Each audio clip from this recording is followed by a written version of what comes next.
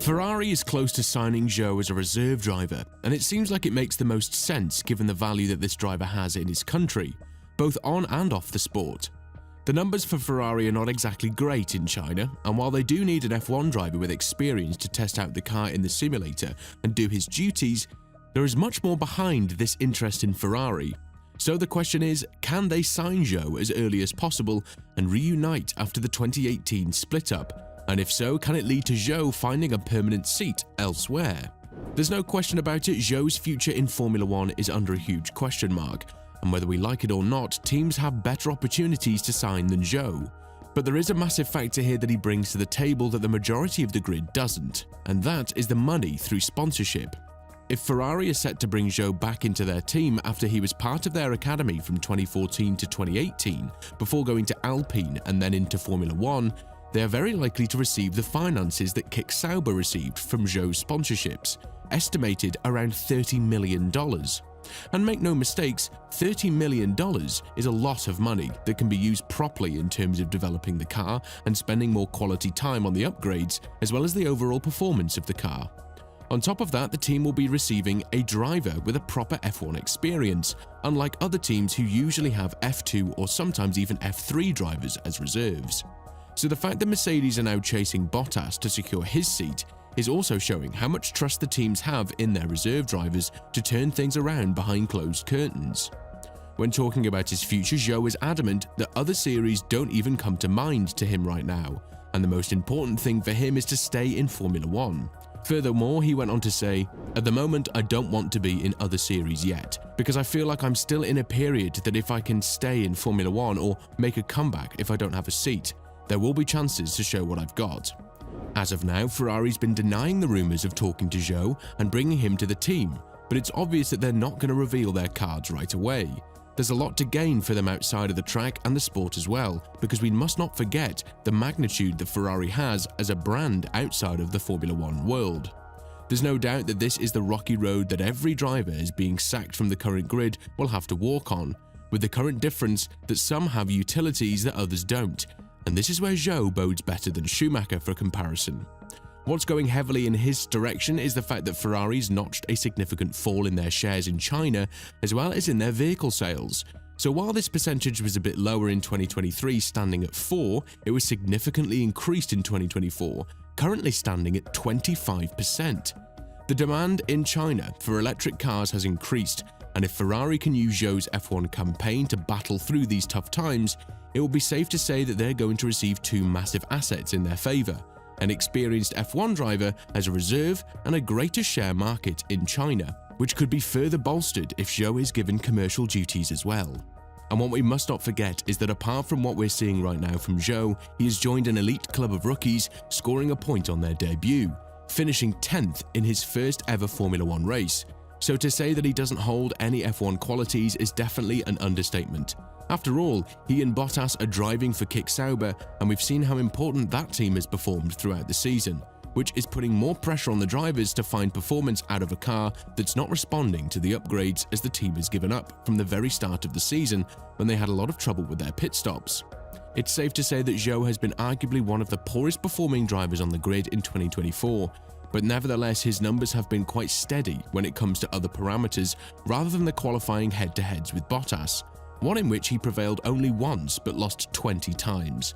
Zhou had the fastest lap 12 times compared to Bottas, who had it 8 times, and in terms of finishing highest on the grid, Zhou finished 11th once while Bottas managed to finish 13th 3 times. Yes, Bottas is still the better performing driver without a doubt, because in races where both of them finished the race, he's finished ahead of Zhou 12 times, while the Chinese driver managed to do so only 6. But when it comes to laps spent in the top 10 of the grid, Zhou has 36 of those, while Bottas has only 29. Therefore, knowing that Ferrari has ambitions to fight for the championship in 2025, and knowing that their hopes are still alive in the Constructors category for 2024, as they are only 36 points behind McLaren with 3 races to go, Zhou's duties will be very challenging. He would have to give the maximum of himself in order to make sure that the upgrades in the car will gel into one and will produce the optimal performance on the car. Leclerc himself stated that the goal for Ferrari is nothing less than the World Championship in 2025. And if you think about it, these two drivers will have a car that will be tested by Zhou in the simulator and on the track throughout some sessions. So if you're in the place of the Chinese driver, you'd expect how much they're going to ask from him in terms of specific details about the car. When talking about the further goals of Ferrari, Leclerc said, "It's all about us, how well we're working as a team and the job we're doing as a team to get the World Championship. I feel like we're working well. However, it's a relative sport and it all depends on how well the others are doing too. And they're doing super well for now. So we've got a lot of hard work to do in the next few years, but I believe in the project. I have to believe in the project 100%, and I'm sure that Ferrari is the next team that will be world champions. We've just got to keep working." The same narrative was reflected by Vasseur as well, who believes that Ferrari as a team has come a long way, but they still have a lot of perspectives to work on, with no stone left unturned. Elaborating on how the team is going to end their title drought and finally win the first championship since 2007, Vasseur said, "I don't think we've lost so many points on the strategy, but for sure you have frustration when you look at the complete season. We made mistakes as a team and had some issues, but I think that is true for everybody. If you look at that, everybody can say, if I didn't do this or this, and at the end with the kind of fight with 3 or 4 teams where it was this close, everybody can be world champion. But the most important thing is to avoid racing with if, because everybody can win races, but we need to focus on what we're doing to try and improve. It is a very good feeling for the team when we execute the strategy, the pit stop and everything well. It's like this, we have to finish the championship if we want to improve the classification." The situation for Zhou is also going to be interesting from another point of view. You never know when you'll need to step in and do a full racing weekend now that we're talking about Ferrari, the team that has a customer in Haas.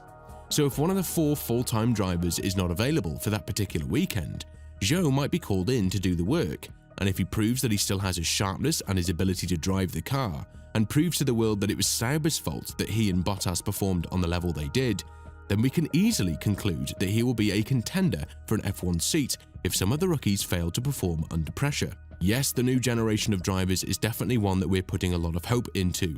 But make no mistake, this is an environment filled with pressure, and if you're not performing well, then it would be extremely hard for the drivers to keep their seat. Not everybody has the luxury of Lance Stroll having his father own the team in which he drives, so this is all picturing a different perspective from the rest of the grid. If you're not good enough, you're out. That is also a massive minus for drivers that have lost their seat because of their poor performance, Zhou included. But if we're to look at the performances of Sauber, then you cannot put the blame fully on the Chinese driver.